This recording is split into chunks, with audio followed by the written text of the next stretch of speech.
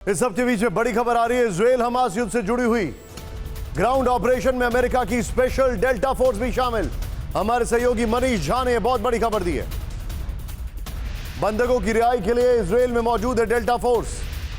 इनके चेहरे कभी नहीं दिखाते क्योंकि एकदम सीक्रेटली ऑपरेट करते हैं। तेल अवीव में बाइडेन ने डेल्टा फोर्स के कमांडो से मुलाकात की थी। बंधकों की रिहाई को लेकर व्हाइट हाउस की बड़ी गलती सामने आई है। बंधकों को छुड़ाने आए डेल्टा फोर्स के कमांडो की फोटो सार्वजनिक की, जो कि कभी नहीं होती है। वही फोटो दिखाइए जरा। डेल्टा फोर्स के कमांडो के चेहरे कभी नहीं दिखाए जाते, इसीलिए हमने इनके चेहरे कवर कर दिए।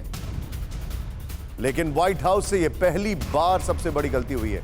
डेल्टा फोर्स के कभी चेहरे नहीं दिखाए जाते।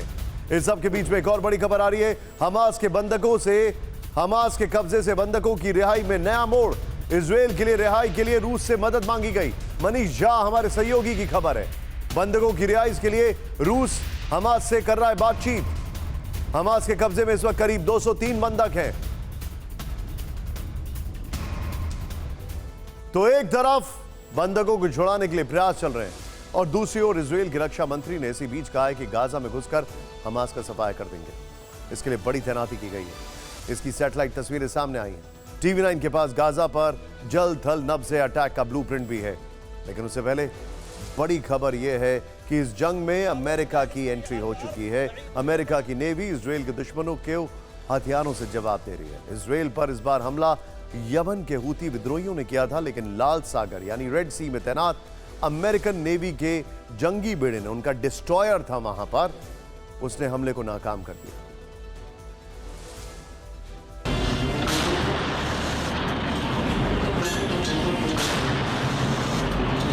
ये लाल सागर में तैनात अमेरिकी युद्धपोत कार्नी का एक्शन है।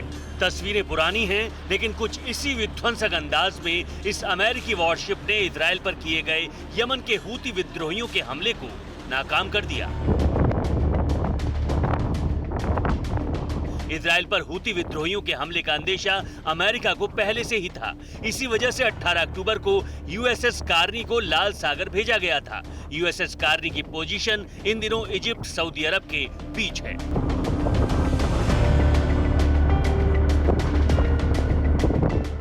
हूती विद्रोहियों के पास 2000 किलोमीटर रेंज की मिसाइल है। यमन बॉर्डर से दक्षिणी इजराइल की दूरी करीब 2000 किलोमीटर है।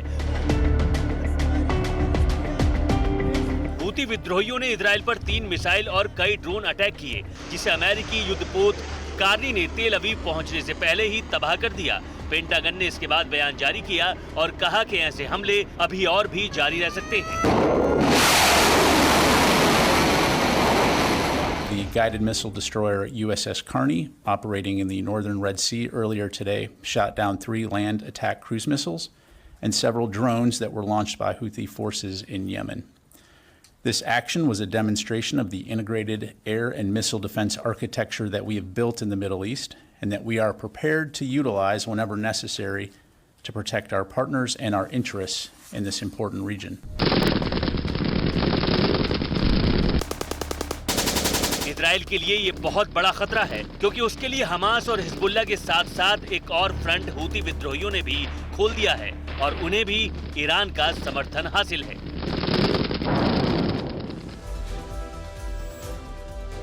इस हमले के अलावा हूती विद्रोहियों ने यमन से आज इजराइल को एक धमकी भरा संदेश भी भेजा है।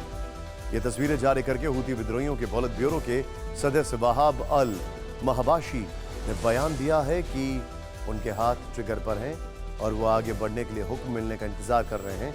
इससे एक बात यह भी साफ है कि ईरान खुद जंग में न उतरकर हमास, हिजबुल्लाह और हूती विद्रोहियों का ट्रायंगल बना रहा है और इजराइल को घेर रहा है।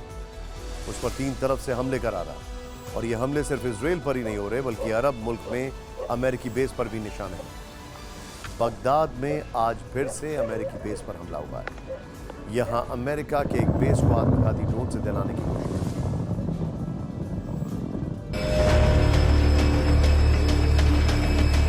Mr. Prime Minister, thank you very much. Biden ने जब से तेल अवीव पहुंचकर हमास के खिलाफ IDF की सैन्य कार्रवाई का समर्थन किया है, तब से अरब देशों में अमेरिका के कई बेस अलग अलग संगठनों के निशाने पर हैं। 19 अक्टूबर को इराक के एक अमेरिकी सैन्य बेस पर हमला हुआ। बगदाद एयरपोर्ट के नजदीक विक्ट्री बेस कैंप पर अटैक किया गया। अमेरिका का सीरैम एयर डिफेंस सिस्टम तुरंत एक्टिव हुआ। उसने 2 रॉकेट मार गिराए। इससे पहले की बात करें तो इराक में अल असद एयरबेस भी निशाने पर आया था, जिस पर हमले की जिम्मेदारी हमास ने ली। इराक के अलावा सीरिया में भी यूएस के 2 सैन्य ठिकानों पर रॉकेट दागे गए। सीरिया के डेर एज जोर में कोनिको एयरबेस पर अटैक किया गया। गैस पाइपलाइन को निशाना बनाया गया। धमाके के बाद बड़े इलाके में आग फैल गई। इन हमलों की जिम्मेदारी इस्लामिक रेजिस्टेंस इराक ने ली।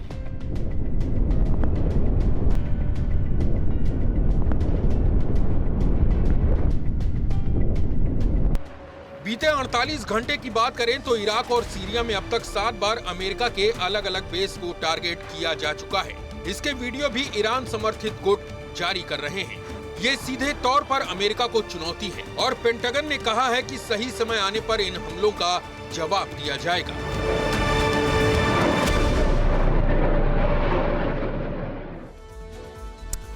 ईरान किसके कहने पर यह कर रहा है हम सब जानते हैं। शायद उसके पीछे रशिया है और ईरान की वो पुरानी नाराजगी जो हमने कल आपको दिखाया था अमेरिका से, कैसे उसके एक महत्वपूर्ण इंसान को अमेरिका के ड्रोन से मार दिया गया। लेकिन इस सब के बीच में एक और बहुत बड़ा कनेक्शन है। वो ये कनेक्शन ये है कि अब जो आप मिडिल ईस्ट में देख रहे हैं उसमें ईरान खुद फ्रंट फुट पर सामने नहीं आ रहा है, लेकिन वो मिडिल ईस्ट में अपने आप को एक सुपर पावर के तौर पर दिखाने की कोशिश कर रहा है, खासकर तब जब उससे वो वर्चस्व कई साल पहले छिन चुका है।